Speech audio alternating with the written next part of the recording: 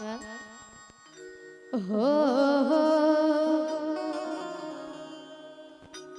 दया वरदानी अंबिके जगदम्बिके भवानी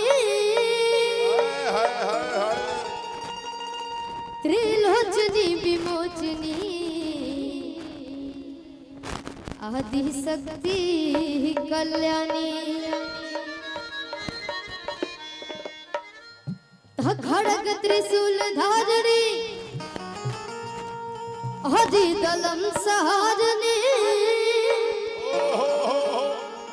भव भय हारिणी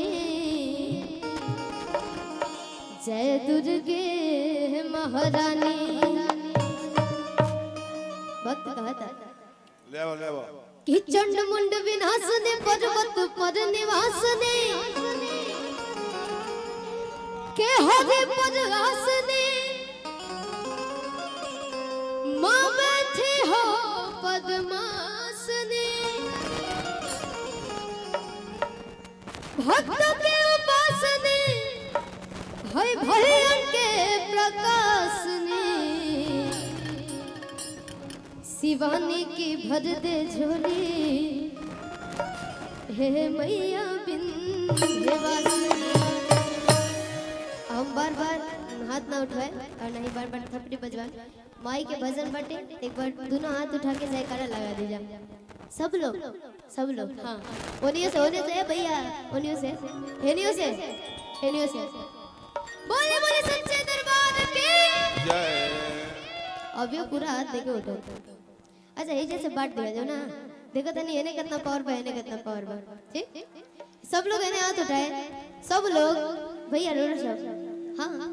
रोड़ा सब हाथ उठाए जो तुमने शक्ति भी नहीं लगाए हुए। बोले बोले सच्चे दरबार की क्या बात है। हर चीज में कंजूसी करो तो चले लेकिन भजन में कंजूसी ना करेंगे।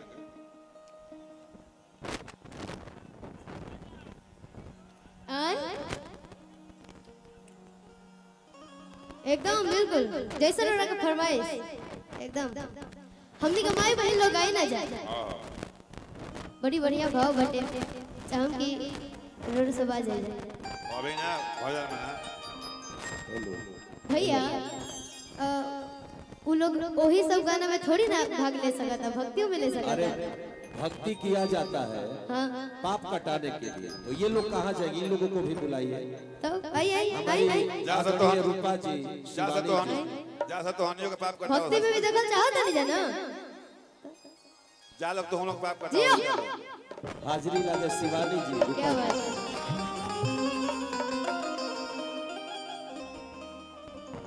हमने के माई बहन लोग गाई ना जाए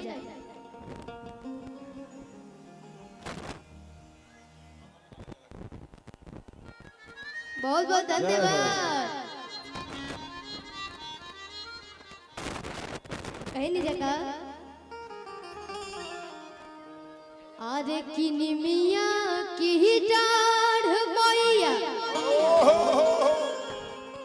आज लावे ने झूल हवा हो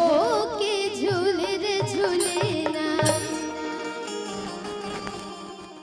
कि मैया मोरे गावेली गीतिया हो के झूले रे झूले ना कि झूलता झूलत मैया के आज लागल पियसिया हो के चल रे भैले ना कि मैया मोला हो रे आया बास हो के चल रे भैले ना। ए गाना के हमनी के तनी भाव में कहीं ना जा कैसे किनी मिया की डाढ़ मैया लावेले झूलू हवा हो के झूल रे झूले मिया की डाढ़ मैया लावेले झूलू हवा हो के झूल रे झूले हो के झूल रे झूले तो मैया मोरे गावेली गीतिया हो के झूल रे झूले तो मैया मोरे गावेली गीतिया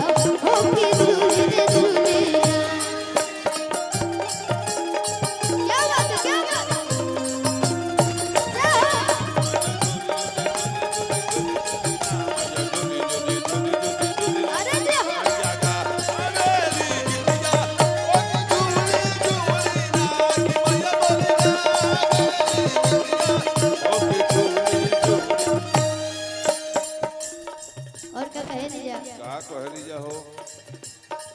झूलत झूलत मैया के लगली पियसिया होके चली रे भैलीना झूलत झूलत मैया के लगली पियसिया होके चली रे भैलीना होके चली रे भैलीना तो मैया मल होरिया